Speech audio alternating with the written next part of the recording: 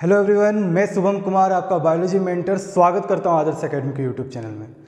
Cell the unit of life का series चल रहा था, जिसमें हमने प्रीवियस लेक्चर में ये देख लिया कि प्रोकैरियोटिक सेल का स्ट्रक्चर्स कैसे होते हैं, उसके अंदर क्या क्या ऑर्गेनल्स पाए जाते हैं। और हमने उसमें ये भी देखा था कि ग्लाइकोकैलिक्स का लेयर, सेल वॉल और साथ साथ ग्राम स्टेनिंग टेक्निक को भी पढ़ा था। प्रीवियस लेक्चर में हमने प्लाज्मा मेम्ब्रेन को डिस्कस नहीं किया था, क्योंकि यूकैरियोटिक सेल का प्लाज्मा मेम्ब्रेन और प्रोकैरियोटिक सेल का प्लाज्मा मेम्ब्रेन लगभग सिमिलर है। जब हम आज यूकैरियोटिक सेल पढ़ने जाएंगे तो हम जब इसके ऑर्गेनल्स के बारे में डिस्कशन करेंगे, जब मेम्ब्रेन को पढ़ेंगे तो वहाँ पे हम लोग प्लाज्मा मेम्ब्रेन का डिस्कशन कर लेंगे और प्रोकैरियोटिक के बारे में भी बता देंगे कैसा प्लाज्मा मेम्ब्रेन वहाँ पाया जाता है। खैर, आज का जो बेसिक क्लास लेक्चर है वो आपके यूकैरियोटिक सेल के ऊपर है। हमने कोशिश किया कि यूकैरियोटिक सेल जिसमें आपके दो तरह के सेल आते हैं, एक प्लांट सेल, दूसरा एनिमल सेल। तो कोशिश ये रहा है कि दोनों का एक कंबाइंड डायग्राम जिसमें कि प्लांट सेल और एनिमल सेल दोनों आ जाए, ऐसा कंबाइंड डायग्राम बनाने का हमने कोशिश किया। आज ये डायग्राम इसलिए बनाए हैं क्योंकि आपको एनालाइज करने में, बेसिक डिफरेंस देखने में आसानी हो कि प्लांट सेल क्या है और एनिमल सेल क्या है। आप सामने एक ही डायग्राम में अंडरस्टैंड कर सकते हैं कि दोनों के बेस में बेसिक डिफरेंस क्या होते हैं। फिर जब आप डायग्राम बनाएंगे तो सेपरेट बनाने भी दिखा देंगे कि किस तरह से सेपरेट बनाया जाता है, आपको बता दिया जाएगा यहाँ पे। तो आज का मेन मोटिव ये है कि हम लोग एक डायग्राम में दोनों का बेसिक डिफरेंस एनालाइज कर सके, इसलिए ऐसा कंबाइंड डायग्राम बनाने की कोशिश किए। कुछ डिफरेंस होगा, दिक्कत होगा, लेकिन हम चाहते हैं कि एक ही डायग्राम में आप इस चीज़ को अंडरस्टैंड करें और आपके लिए आसानी भी होगा। खैर, इस डायग्राम को देखिए।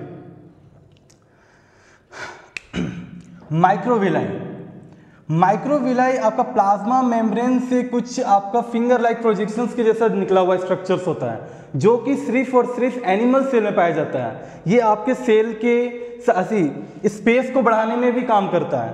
तो ये प्लाज्मा मेम्ब्रेन से निकला रहता है और ये सिर्फ और सिर्फ एनिमल सेल में पाया जाता है। तो ये एनिमल सेल। दूसरा, प्लाज्मोडेस्माटा नाम से ही समझ में आ रहा है, प्लाज्मा मेम्ब्रेन से बनकर कुछ आया होगा। प्लाज्मोडेस्माटा कुछ नहीं, बस एक कनेक्टिंग लिंक ब्रिज क्रिएट कर रहा होता है। ये कनेक्टिंग लिंक है आपका एक प्लाज्मा मेम्ब्रेन सेल के प्लाज्मा मेम्ब्रेन से दूसरे सेल के प्लाज्मा मेम्ब्रेन के बीच में। उसी को हम लोग बोलते हैं प्लाज्मोडेस्माटा। प्लाज्मोडेस्माटा सिर्फ और सिर्फ प्लांट में पाया जाता है, एनिमल में नहीं पाए जाते हैं। प्लांट।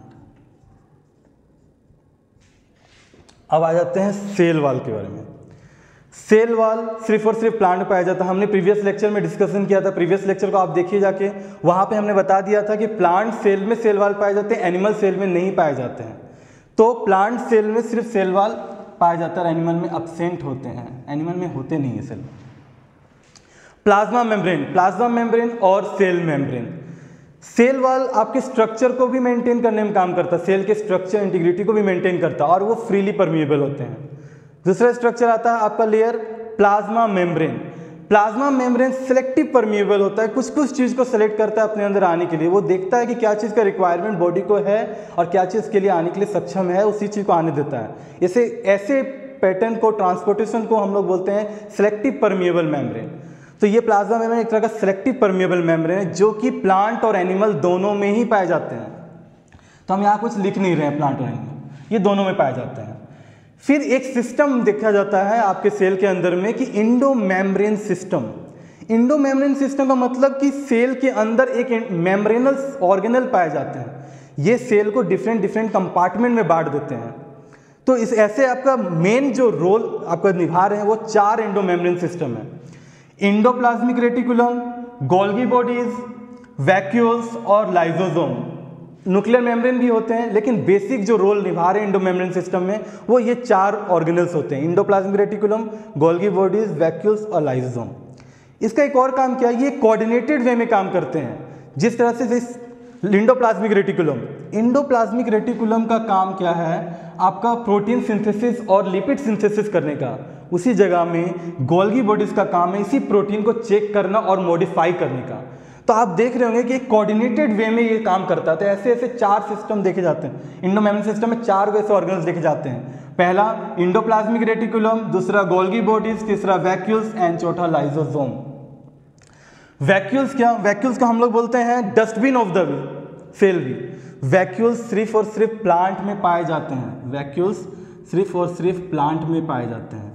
अगर ये वैक्यूल्स एनिमल में पाए गए तो बहुत माइन्यूट होंगे, बहुत छोटे होंगे और ना कि या तो नेग्लिजिबल हो, कुछ रहेंगे ही नहीं।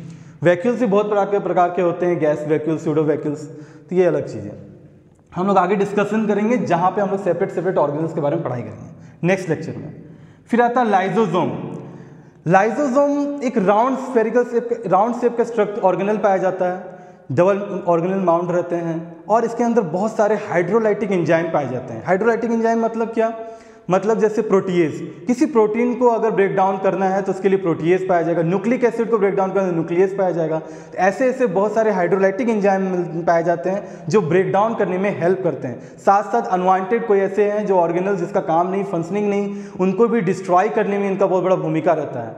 इसी वजह से लाइजोसोम को हम लोग सुसाइडल बेग के नाम से भी जानते हैं, तो इसके बारे में भी हम लोग डिस्कशन करेंगे आगे जाके। फिर आता है साइटोप्लाज्म। लाइजोसोम दोनों में ही पाए जाते हैं, पर एक टर्म्स आता है स्फेरोसोम। स्फेरोसोम को हम लोग प्लांट लाइजोसोम भी कहते हैं क्योंकि ये स्फेरोसोम सिर्फ और सिर्फ प्लांट में पाए जाते हैं और इनका फंक्शन सिमिलर टू लाइजोसोम का जैसा होता है।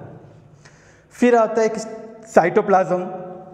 साइटोप्लाज्म कुछ नहीं, सेल का मैट्रिक्स को कहते हैं। ये सेल को अंदर से एक शेप में मेंटेन रखता है, साथ साथ ऑर्गेनेल्स को उनकी जगह पे, उनके पोजीशंस में रहने में हेल्प करता है। ये हो गया साइटोप्लाज्म। साइटोप्लाज्म के बाद आता है आपके ये तीन structure, chloroplast, chromoplast and leucoplast. ये तीनों कंसिस्ट होकर बोलते हैं प्लास्टिड। प्लास्टिड तीन प्रकार के पाए जाते हैं और ये सिर्फ और सिर्फ प्लांट में पाए जाते हैं। देखिए, प्लास्टिड तीन तरह के होते हैं, chloroplast, chromoplast and leucoplast. Chloroplast का काम क्या? फोटोसिंथेसिस क्लोरोप्लास्ट के अंदर में होता है और साथ साथ ये ग्रीन पिगमेंटेशन के लिए भूमिका निभाता है। उसी जगह में क्रोमोप्लास्ट आते हैं। क्रोमोप्लास्ट क्या? ग्रीन कलर को छोड़ के अदर कोई भी पिगमेंटेशन होते हैं प्लांट में, उसमें क्रोमोप्लास्ट का रोल रहता है। तीसरा ल्यूकोप्लास्ट। ल्यूकोप्लास्ट एक ऐसा प्लास्टिड है जिसमें आपका स्टोरेज का वो भूमिका निभाते हैं। स्टोरेज में जैसे protein storage, fat storage and carb storage. और उसी स्टोरेज के बेसिस में ल्यूकोप्लास्ट तीन प्रकार के फिर होते हैं, जैसे इलायोप्लास्ट, ये सब है, एल्यूरोप्लास्ट, ये सब पाए जाते हैं। तो हम लोग जब ल्यूकोप्लास्ट को पढ़ेंगे सेपरेट तो वहाँ पे भी एक बताएंगे। माइटोकॉन्ड्रिया। माइटोकॉन्ड्रिया बोलते हैं power house of the cell. ये आपका ऑक्सीडेटिव रेस्पिरेशंस ये जो होते हैं उसमें आपका रोल निभाते हैं। जब हम लोग माइटोकॉन्ड्रिया पढ़ेंगे, क्लोरोप्लास्ट सेपरेटली, माइटोकॉन्ड्रिया क्लोरोप्लास्ट को सेपरेटली पढ़ेंगे क्योंकि ये इंडोसिम्बायंट भी हैं। इंडोसिम्बायंट का मतलब क्या समझिए?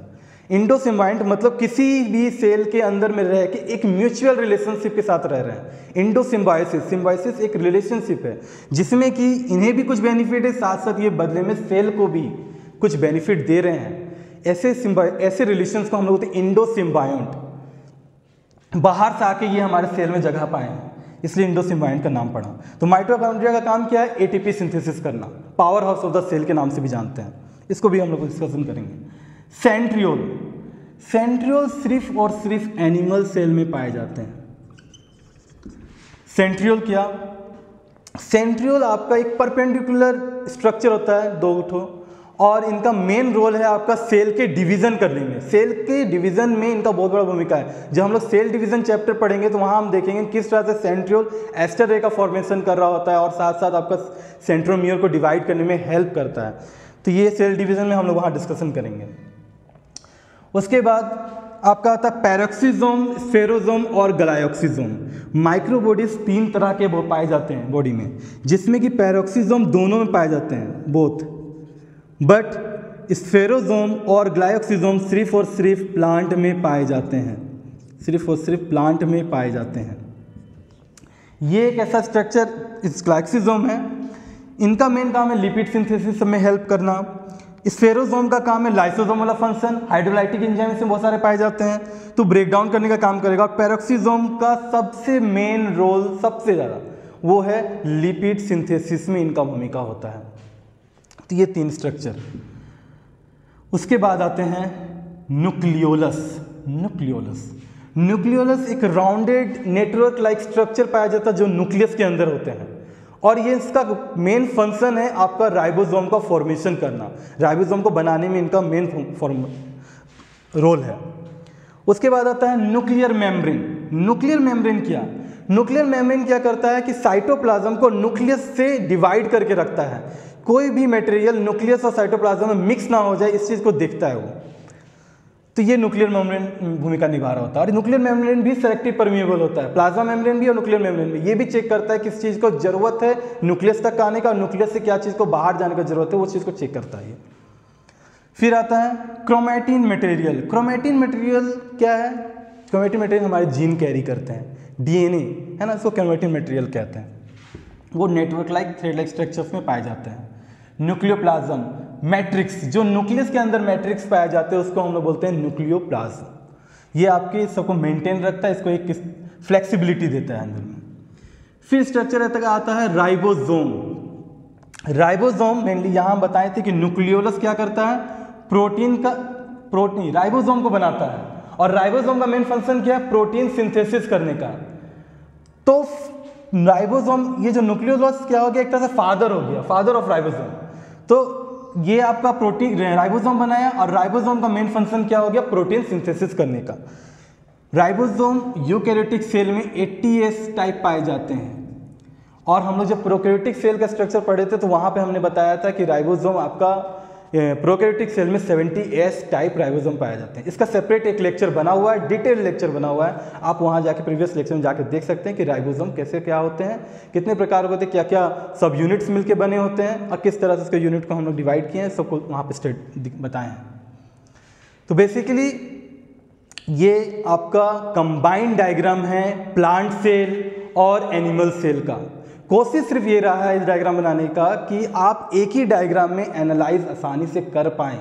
जब आपको एग्जाम में आए तो आपका एक इमेज क्रिएट हो, और उस इमेज में आप अंतर देख पाएँ कि कैसा क्या प्लांट सेल होते हैं, क्या क्या चीज़ एनिमल सेल में पाए जाते हैं, एक डिफरेंस पता चल पाए। तो आप जब ये डायग्राम बनाएंगे सेपरेट तो आप इस चीज़ का ध्यान रखिएगा कि जब आप प्लांट सेल बना रहे हो तो उसमें बस माइक्रोविलाई ना देके एक राउंडेड स्ट्रक्चर दे दीजिएगा, क्योंकि प्लांट सेल में माइक्रोविलाई नहीं पाया जाता, तो सिर्फ एनिमल सेल में पाया जाता है। और उसी जगह में अगर आप एनिमल सेल बना रहे हो तो आप ये स्ट्रक्चर को कंप्लीट हटा दीजिएगा, सेल वाल के स्ट्रक्चर को, सिर्फ और सिर्फ ये इंटरनल स्ट्रक्चर रहेगा और माइक्रोविलाई रखिएगा, ये हो जाएगा आपका एनिमल सेल। बाकी जो प्लांट के लिखा हुआ है प्लांट है, वो सिर्फ और सिर्फ प्लांट में पाए जाते हैं। तो आज का लेक्चर यहीं तक। यूकैरियोटिक सेल के क्या क्या ऑर्गेनल्स में हम लोग डिटेल एक लेक्चर बनाएंगे, जहाँ पे हम लोग ऑर्गेनल्स के बारे में जानेंगे अच्छे से। Thank you so much.